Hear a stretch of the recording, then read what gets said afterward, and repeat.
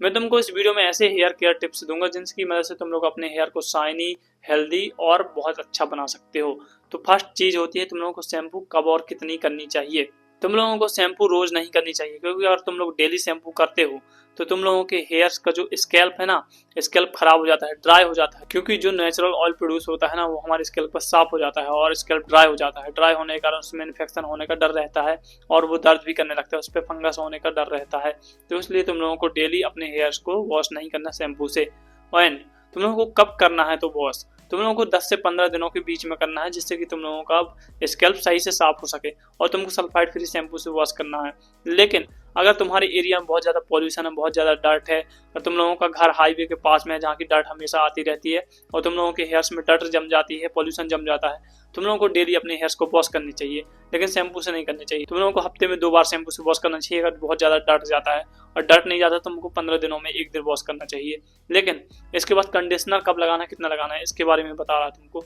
Conditioner तुमको shampoo लगाने के बाद लगाना है। पहले तुमको अपने हेयर्स को धुलना है, उसके बाद कंडीशनर लगाना है।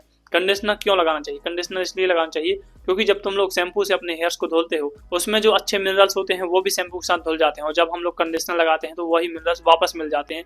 लेकिन तुम लोगों को कंडीशनर 5 मिनट तक के लिए लगाना चाहिए। लेकिन तुम लोग 5 मिनट तक बाथरूम में करोगे क्या? तो मैं तुमको अब नहाना भी सिखाऊं? चलो सिखा दे रहा। तो पहले तुम लोगों को अपने हेयर्स को वॉश करना है, उसके बाद तुम लोगों को कंडीशनर लगाना है। कंडीशनर लगाने के बाद तुम लोग अपने बाकी बॉडी पार्ट को भी धो सकते हो, इतनी टाइम तक नहा सकते हो और गाना गा सकते हो, कुछ भी कर सकते हो। इतना सब करने के बाद तुम लोगों को अपने कंडीशनर को भी साफ कर देना है, धुल देना है पानी से। और तुम लोगों को कभी भी अपने हेयर्स पर हॉट वाटर को नहीं डालना, वार्म वाटर को नहीं डालना, क्योंकि उससे तुम लोगों के हेयर्स बहुत ज़्यादा डैमेज होते हैं। और नहाने के बाद तुम लोगों को अपने हेयर्स को किसी भी गर्म एयर ड्रायर से नहीं सुखाना, क्योंकि उससे भी तुम लोगों के बाल बहुत ज़्यादा डैमेज हो जाते हैं। और तुमको तौलिए से भी रफ नहीं करना, उससे भी तुम लोगों के हेयर बहुत ज़्यादा डैमेज हो जाते हैं। तुम लोगों को नेचुरली सुखाना है। तुम लोग जाके सन में सुखा सकते हो, क्योंकि जब तुम लोग सन में हेयर्स को सुखाओगे तो वो नेचुरली सूखेंगे और तुमको उतने समय तक विटामिन डी भी मिल जाएगा और तुम लोगों का टेस्टोस्टेरोन भी बूस्ट हो जाएगा।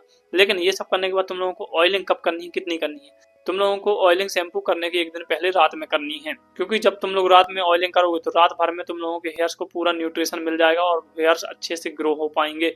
एंड सुबह तुम लोग धो सकते हो और धोने के बाद तुम लोगों के हेयर्स बहुत ज्यादा शाइनी होंगे। सो आई होप कि तुम लोगों को समझ में आ गया होगा कि शैम्पू कितनी करनी है, कब करनी है, ऑयलिंग कितनी करनी है, अपने हेयर्स की केयर कैसे करनी है। So keep moving forward guys and live your ads. Bye.